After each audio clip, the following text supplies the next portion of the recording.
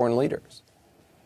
Well, the first point goes to exactly what you said. That in dealing with these autocrats, particularly Putin and Erdogan, Erdogan in particular had a free pass to get through to the President of the United States. He would call as often as twice a week. The Turkish security services, it appears, would keep track of Trump's movements, get hold of his daily schedule, so Erdogan would know when and where to reach him. He would often reach him on the golf course.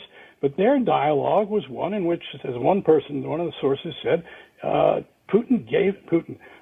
Trump gave away the store to Erdogan in Syria. He allowed American troops, as both Putin and Erdogan wanted to withdraw. He ordered the withdrawal of American troops from Syria, and the result was that the Kurds, our allies, were open for slaughter. And that's what Erdogan wanted. And he had a willing partnership in it with Donald Trump. But the real thing about these calls is that they show that the president's closest national security aides, his Secretary of Defense, his Chief of Staff, his Secretary of State, all came to the conclusion that in these calls especially, they showed that the President of the United States, through being incompetent and being a bully and beating up on allies, calling them all kinds of names in these phone calls, that he himself, Trump, is a danger to the national security. That is an extraordinary thing, unique in our history. Well, also, it seemed like they were concerned that he essentially was a kind of a chump to these autocrats, and as you said, gave away the store. That a lot of the people around the president were really stunned at just how terrible he was and how much he thought he was able to just kind of cajole and charm and bully people, but in fact, he just didn't know what he was talking about.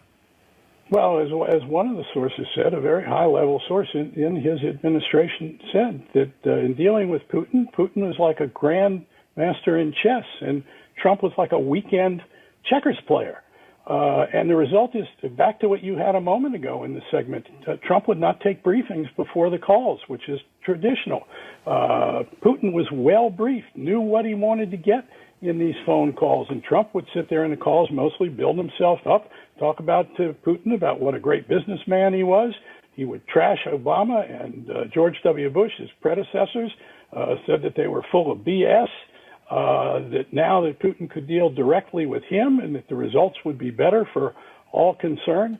But in fact, his national security advisors came away horrified, and there are transcripts, voice-generated transcripts of these calls, which I'm told, if particularly Republican senators were ever to see and read them and hear these conversations in real time and talk to those who have heard them, it's very doubtful that he could retain the confidence of Republican senators because they are so extreme in their negligence and his lack of competence, his lack of preparation, and his concern for nothing except his own goals, including re-election.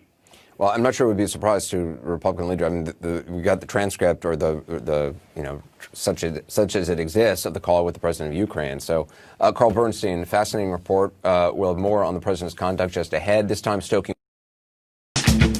has also been dicey. He criticizes allies, we know, but praises autocrats like Russia's Vladimir Putin.